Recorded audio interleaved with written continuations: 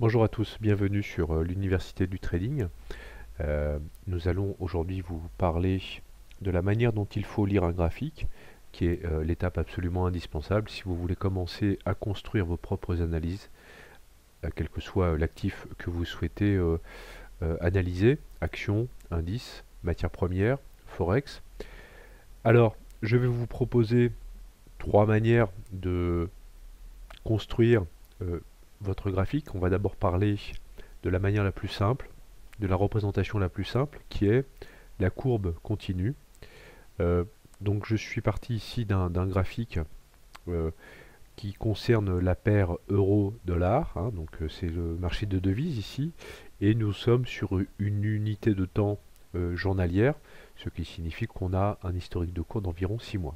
Alors, dans cette représentation donc en courbe continue, chaque point correspond au cours de clôture sur la période considérée, donc ici c'est une période en journalier, et chaque point est relié par une ligne continue comme on peut le voir. Ce type de graphique est, malgré sa simplicité, est en réalité très très peu utilisé par les traders, puisqu'on considère qu'environ 5% des traders sur le moyen terme et sur le long terme l'utilisent, et quasiment aucun des traders, voire swing traders, n'utilise cette courbe en continu. Mais il convient tout de même de connaître cette manière de représenter un cours, car très souvent on est aussi face à ce type de graphique lorsque l'on passe par des médias ou des plateformes indépendantes. Voilà. Euh, il y a aussi un autre désavantage, par exemple, sur cette courbe en continu, c'est lorsque nous avons ce que l'on appelle des gaps, gap qui veut dire en anglais fossé. Fossé, c'est-à-dire que parfois, lorsque entre le cours de clôture et le cours d'ouverture sur la période considérée, eh bien, nous avons un fossé. Ce gap nous donne en réalité une information tout à fait essentielle sur l'état du marché. Nous aurons l'occasion dans une autre vidéo d'en parler. Or là, on voit bien que la ligne continue nous empêche de voir ces gaps se former. Alors je vous propose d'étudier une deuxième manière de lire un graphique, qui est celle-ci beaucoup plus utilisée. Donc je vais ici donc, sur le petit onglet graphique, et nous allons maintenant nous intéresser au bâton, au candlestick en anglais, ou bar chart. Pardon, candlestick, non, ce sont les bar charts, excusez-moi.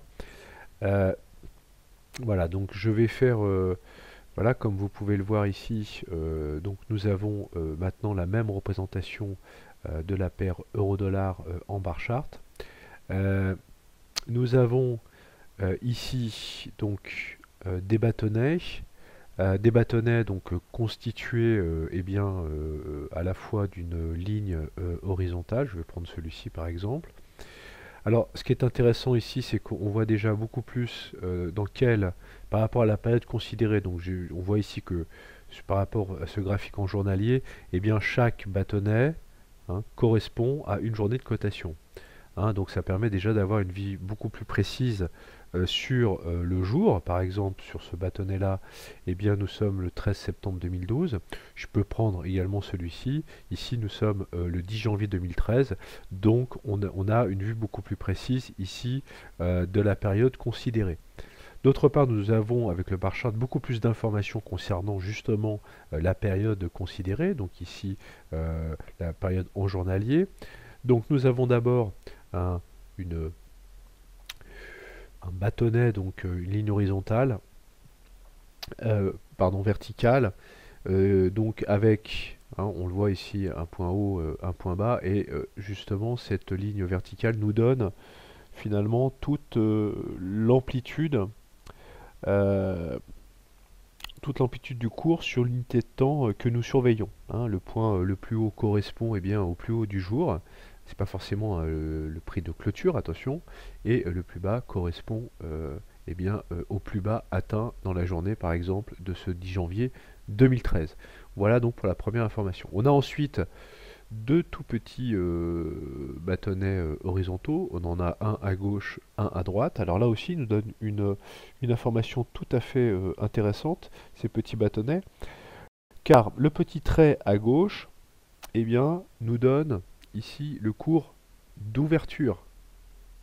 Voilà, donc ici nous avons eu une ouverture légèrement au-delà des 1,30, autour des 1,30-50, et le petit bâtonnet à droite nous indique le cours de fermeture.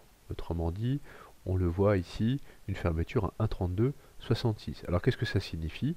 Eh bien ça signifie que sur cette bougie précisément, eh bien nous avons une journée, une belle journée de hausse, puisque nous avons une amplitude de quasiment 200 pips entre l'ouverture et la fermeture. Et on voit même que les plus hauts sont allés et les plus bas nous montrent une amplitude encore plus grande, hein, au-delà des 200 pips. Donc le bar chart nous donne vraiment des indications très intéressantes et c'est pour cela qu'il est davantage utilisé par les traders, bien plus en tout cas que la ligne continue.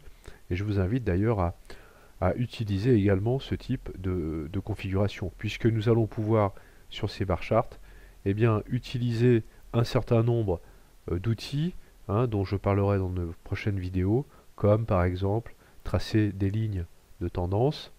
Hein. Ici, on voit bien par exemple que la paire euro-dollar dans cette unité de temps, hein, donc sur 6 mois, évolue dans une belle tendance haussière. Voilà, donc on va pouvoir utiliser des instruments tout à fait intéressants pour construire nos analyses. Hein. Et donc les bar charts doivent être connus, sinon maîtrisés, en analyse technique.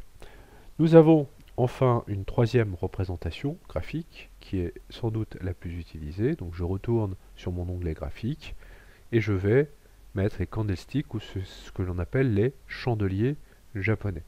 Là aussi, ces chandeliers vont nous donner un ensemble d'informations très très précieuses. Je suis toujours sur le même graphique euro-dollar en journalier. Alors, le chandelier japonais est une représentation graphique qui est née au Japon au XVIe siècle. Elle est donc très très ancienne. Elle est, je le répète, très largement utilisée aujourd'hui par la plupart des traders.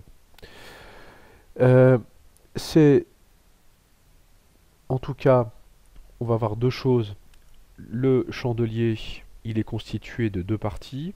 Alors, je vais essayer de trouver un chandelier à peu près intéressant. Alors, on va par exemple prendre celui-ci, là, qui concerne la journée du 1er octobre 2012.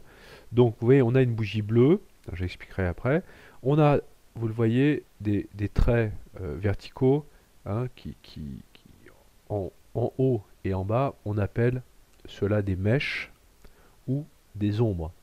Hein, mèche ou ombre. On peut utiliser les deux termes. Vous verrez d'ailleurs en lisant certaines analyses, certains analystes qui utilisent les chandeliers japonais, que ce terme revient de manière récurrente dans les analyses. Voilà. Ensuite, on a, outre l'ombre, là au milieu, hein, on appelle ça le corps, hein, qui est ici en bleu. Le corps qui va mesurer l'amplitude entre l'ouverture et la clôture de la période. Alors ici, par exemple, nous avons une bougie, un chandelier japonais de couleur bleue.